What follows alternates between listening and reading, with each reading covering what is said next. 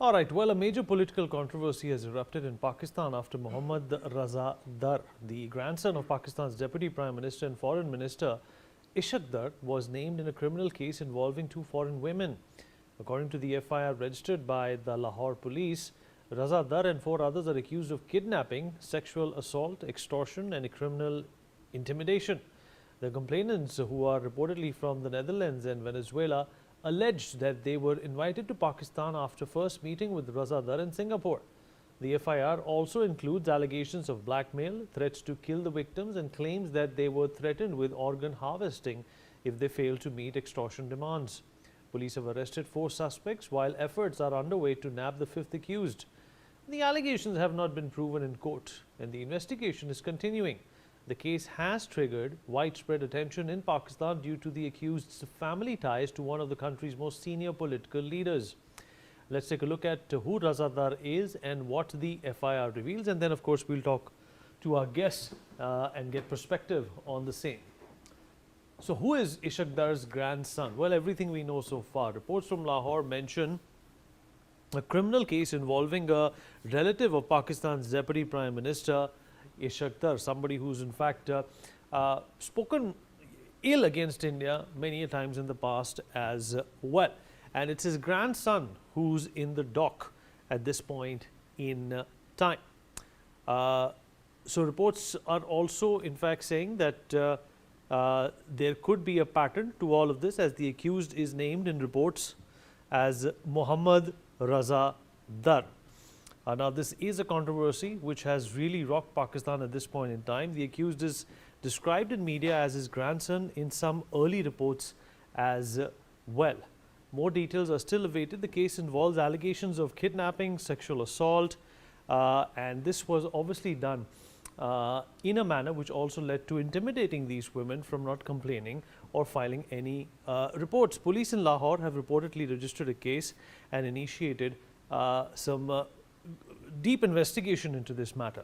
The investigation is being handled under serious criminal charges under Pakistani law, and the matter has also attracted political attention due to the high profile family connection that the accused has in this particular case. No court verdict has been announced yet in this case.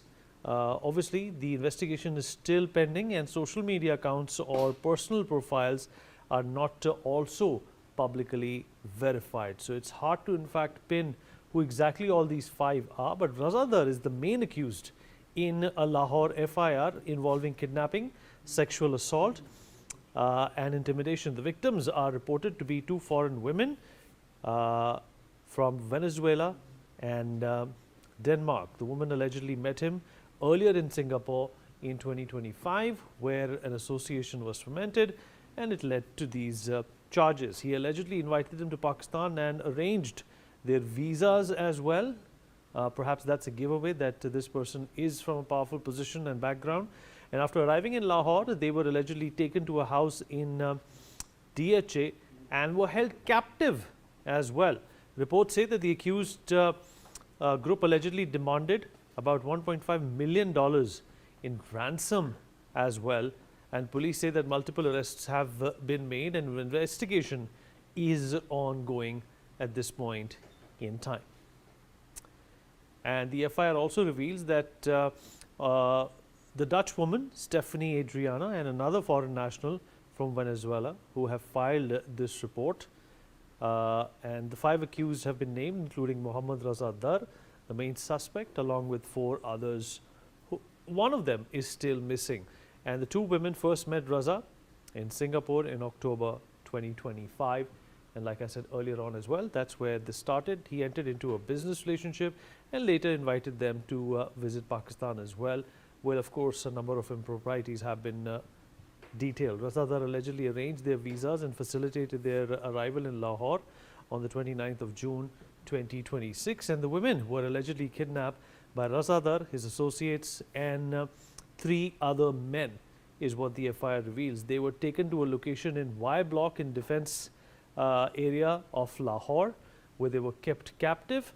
And the FIR also invokes section 365A for ransom, 375A for gang rape of these complainants. The complainants allege they were held captive at gunpoint and were physically assaulted time and again when they were held captive. They were also allegedly subjected to repeated gang rapes by the accused. More heinous details coming up. The accused allegedly robbed the women of their cash and jewelry and valuables and demanded ransom money for letting them go. The FIR mentions that threats of death and even selling the victims' organs if ransom demands were not met were also propositioned. One report notes that Razadar allegedly posed as a fellow victim while pressuring the women to arrange money.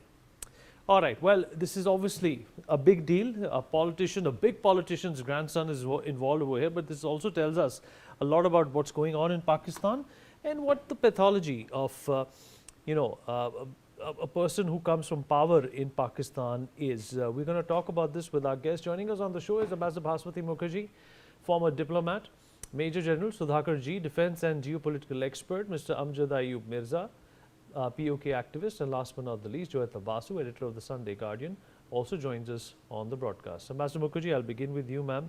Obviously, whoever orchestrated this kind of an arrangement and crime has to be from a powerful position, but this should not surprise anyone, at least in India, because that's how the political class and brass in Pakistan functions, ma'am. It's a terrible story that you have outlined about these two foreign nationals. I believe one is Dutch and one is Venezuelan, from what I was told. And it's a miracle that they escaped alive after gang rape and abduction, kidnap, threatening, taking away their organs. It's a horrifying story, but it demonstrates, Vineet, the state of law and order within Pakistan, that Pakistan is a deeply feudal state whose ruling elite think they can get away with anything. And it is absolutely horrifying that the West, when dealing with Pakistan, just turn a blind eye to the state of its law and order, to the manner in which their rich and powerful elite conduct themselves, the manner in which they look down upon other normal Pakistanis who are not so privileged, because this kind of terrible treatment is also meted out to normal and poor people in Pakistan, quite apart from their horrific treatment of minorities, which we discussed yesterday in the context of the destruction of the 125-year Gurdwara, which was brought down. It was a practicing Gurdwara. But I would just say that this is a litmus point for Pakistan to be judged internally and by the international community on how it conducts this case. Is it going to be a cover-up? Is this guy, Mohammad Razadar, going to say that he was inveigled into it, that he didn't know so much about it, but he's left his footprints all over because there is evidence apparently that he met them in Singapore, that he invited them, that he arranged their visas. All this will come out provided it's a free and fair trial, because it's in Lahore, the heart of Punjab, Pakistan, Punjab. And all the movers and shakers in Pakistan who matter come from Pakistan, Punjab. So for us, the first test will be, Vineet, will it be a free and fair trial like we do? Even for Ajmal Kasab, we gave him a free and fair trial. He was eating biryani at Indian taxpayers' expense till the last day.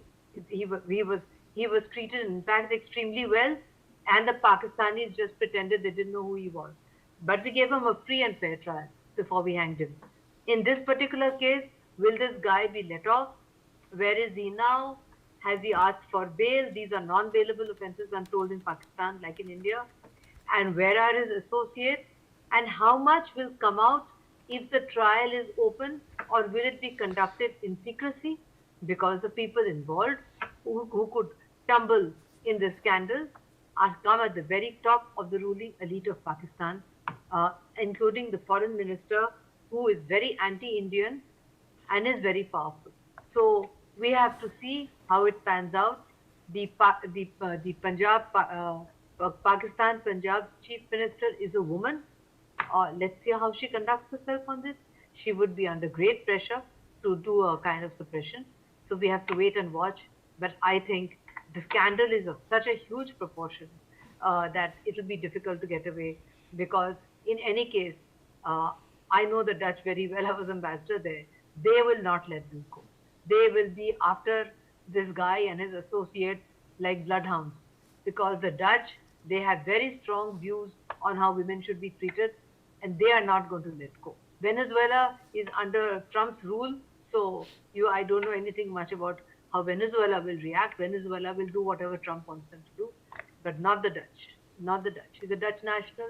She will not let go. At one point you said Danish, but I was told she's Dutch. So I'm subject to correction in case it's wrong. Vineet.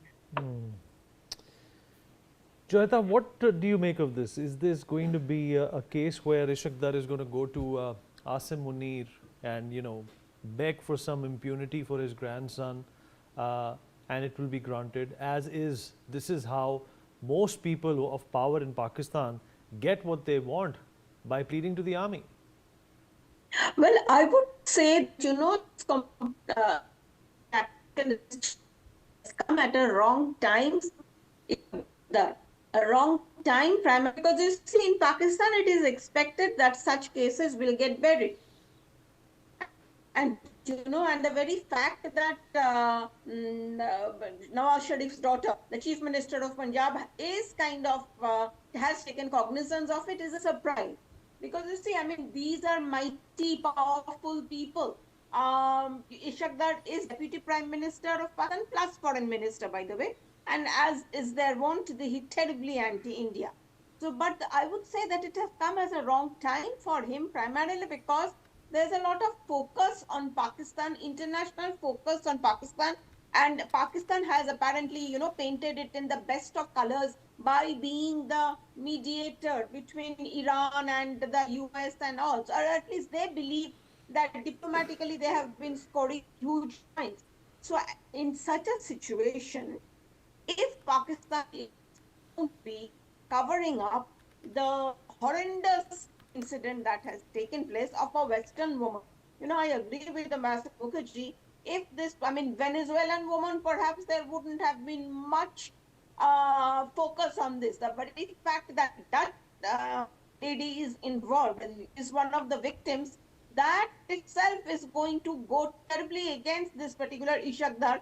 So even by going to Asim Munir, I don't think he will be able to achieve anything because Asim Munir is right now the suited, booted gentleman who is hopping from Western, living room, from one living room to another.